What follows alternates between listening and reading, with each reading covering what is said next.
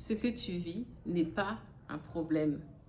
Ce qui compte, c'est la réaction que tu as à cela. Parce qu'à chaque fois que tu réagis, eh bien, c'est que tu caches une partie de toi que tu ne veux pas voir.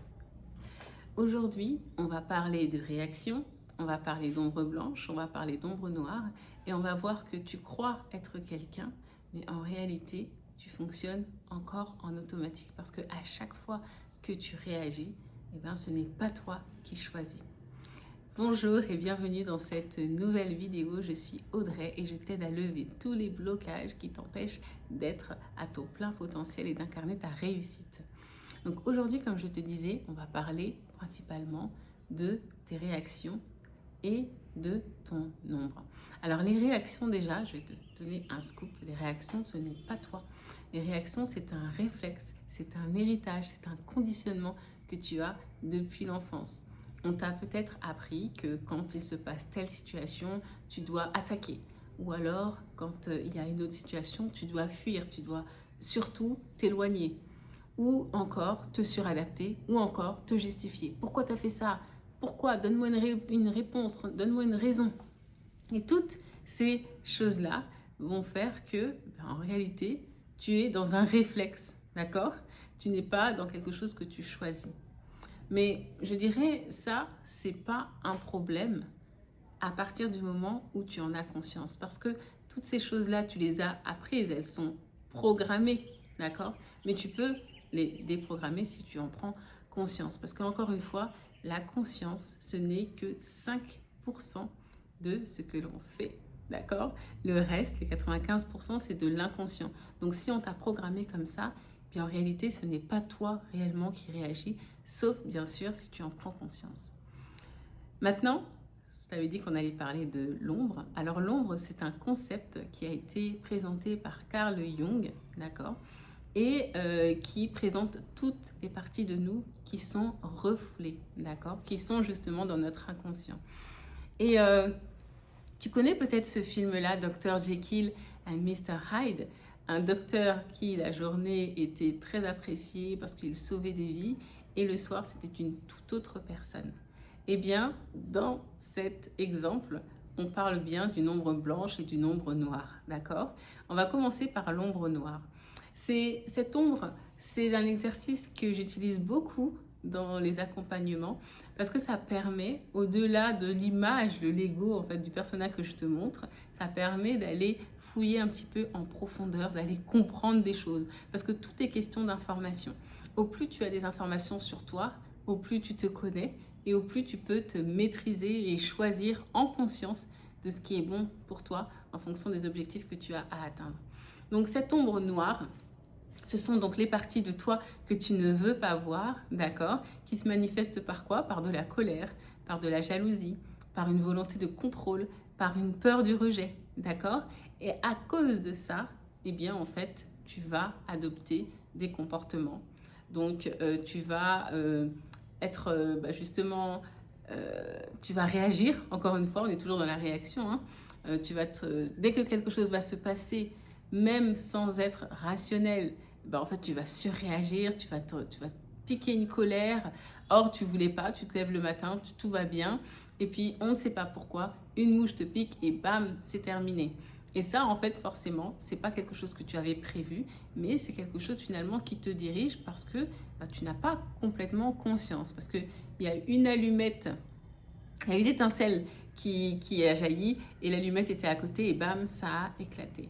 Et en réalité, là, tu te rends compte bien dans ce cas-là que c'est à toi de choisir, en fait, d'en avoir conscience. Et le pire, c'est que plus tu vas chercher à l'éviter, à le faire taire, et plus il va te contrôler. Si tu te dis, ne te mets pas en colère, qu'est-ce qui ressort comme mot? C'est la colère.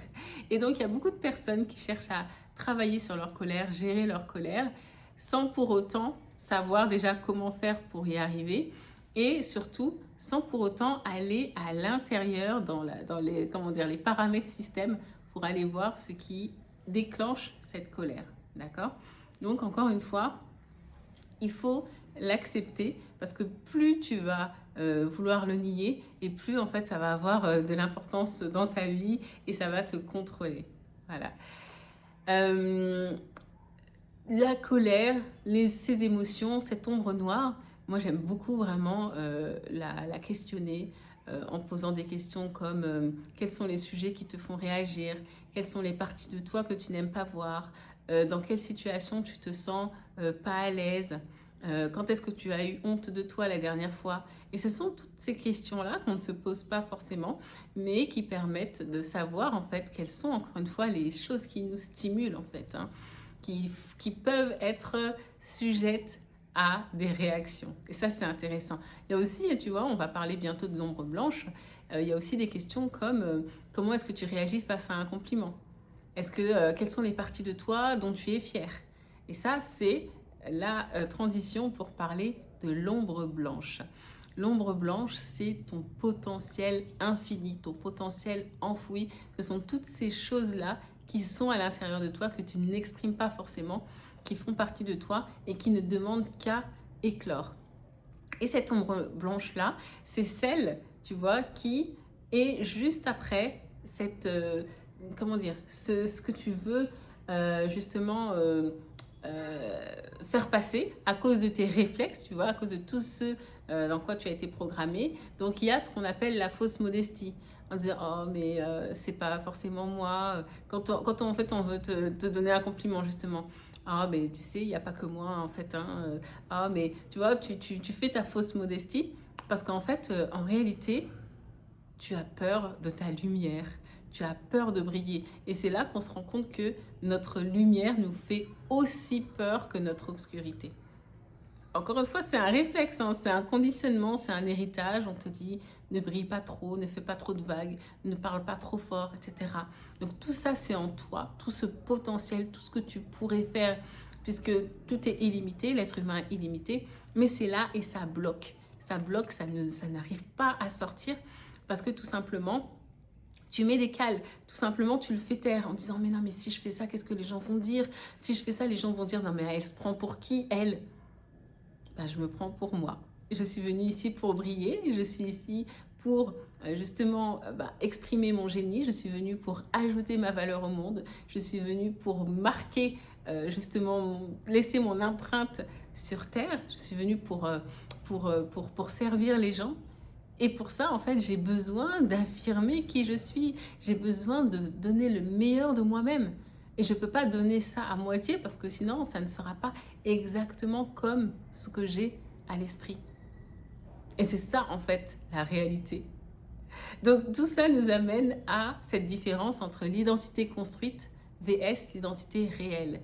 L'identité construite, c'est celle qu'on nous a poussé à avoir, celle qui cherche à être validée, celle qui cherche à être, comment dire, à ne pas être rejetée, celle qui cherche à être acceptée.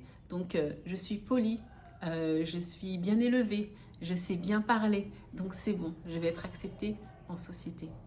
Sauf que l'identité réelle, c'est quoi? On peut avoir l'identité construite et ça, c'est OK. Mais il ne faut pas oublier d'être connecté à ses valeurs. Ça, j'en ai déjà parlé lors de la précédente vidéo. Et aussi de choisir les choses en conscience. D'accord? Ça, c'est extrêmement important. Et la décision que tu dois prendre par rapport à ces réactions-là, c'est de te dire que la vraie liberté, ce n'est pas de toujours réagir. Il y a Tariq Ramadan qui disait que agir, c'est un acte de force. Et réagir, c'est un acte de faiblesse parce que c'est l'autre qui agit et toi, tu agis en fonction de son action à lui. Donc, il faut toujours garder la maîtrise de soi. C'est ça la clé du succès. C'est la maîtrise de soi. Donc, la vraie liberté, ce n'est pas de réagir, mais c'est de chercher à agir en conscience, en mettant en avant tes valeurs, en protégeant tes valeurs et en faisant les choses que tu sais qui sont importantes pour toi, pour ton évolution.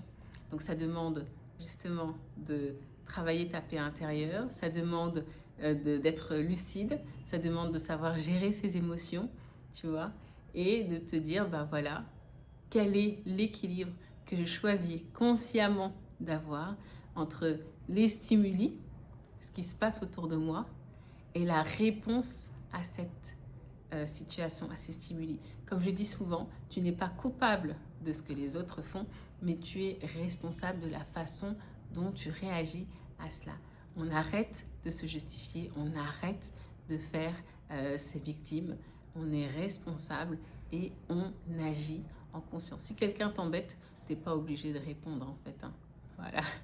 Donc dis-moi en commentaire quelles sont les réactions que tu n'arrives peut-être pas à contrôler, quelles sont les choses dans lesquelles tu t'es reconnu dans cette vidéo. Et surtout, n'oublie pas de t'abonner si ce contenu t'a plu.